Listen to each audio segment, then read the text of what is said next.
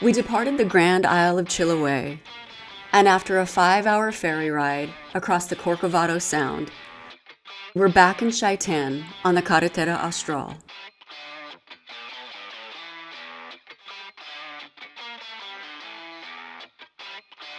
After almost 3 months in Chile and 3 weeks on Ruta 7, we were anxious to cross the Andes back into Argentina. And the closest frontera just so happened to be back up the rough and dusty Ruta 231, just outside of Futaleufú, the perfect place to wash off the road grime.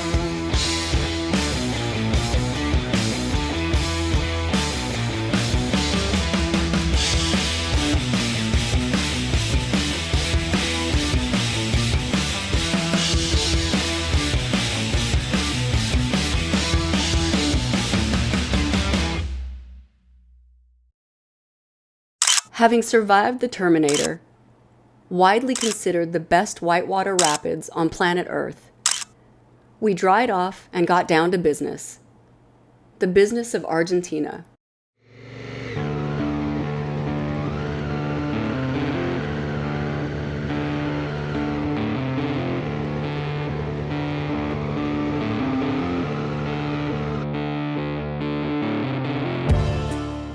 This is supposedly supposed to be a very quiet border crossing, but it looks anything but today. Quite a few people here actually, so trying to get out of Chile for the very, very last time. Fingers crossed. Here we go.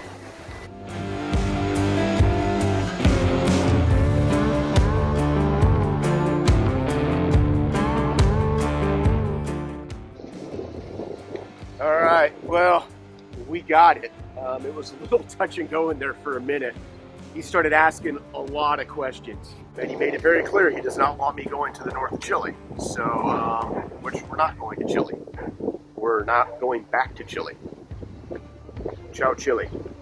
Actually, I better wait till we actually get out of Chile before I say that, because we're still technically in the country, even though we've been stamped out.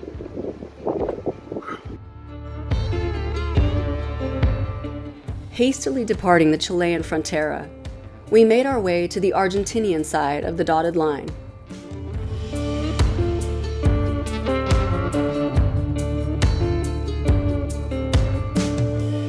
Immigration aquí? La migración es primero, segundo, papeles, registro de la moto, ¿sí? Perfecto. Aduana. Perfecto. Por acá, por favor. Muchas gracias. De nada. But soon after clearing immigration, Chad disappeared into the bowels of the aduana, leaving me outside to wonder what was going on. Until almost an hour later, that was actually, believe it or not, slightly more nerve-wracking than the Chilean crossing, trying to get to Argentina, but I think we're good to go. In our haste to depart Chile, Chad failed to recognize that this wasn't your run-of-the-mill TIP. This TIP was for Chilean vehicles entering and restricted to Argentina.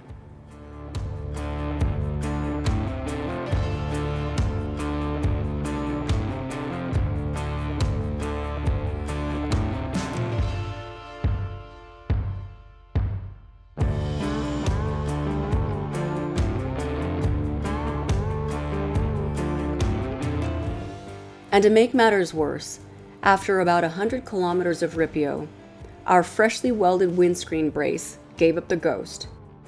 All we could do at this point was to make an offering to Argentina's outlaw saint, Gauchito Gil, in hopes he would watch over and protect us for the remainder of our journey.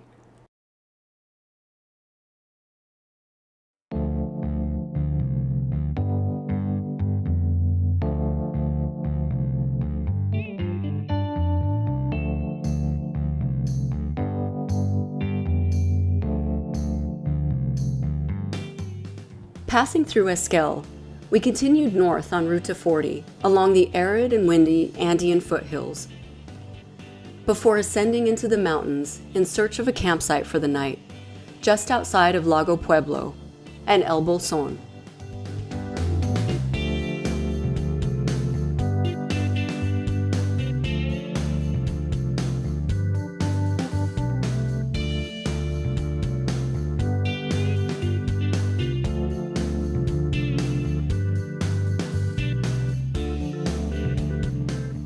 Where we skipped rocks and lazed beside the campfire.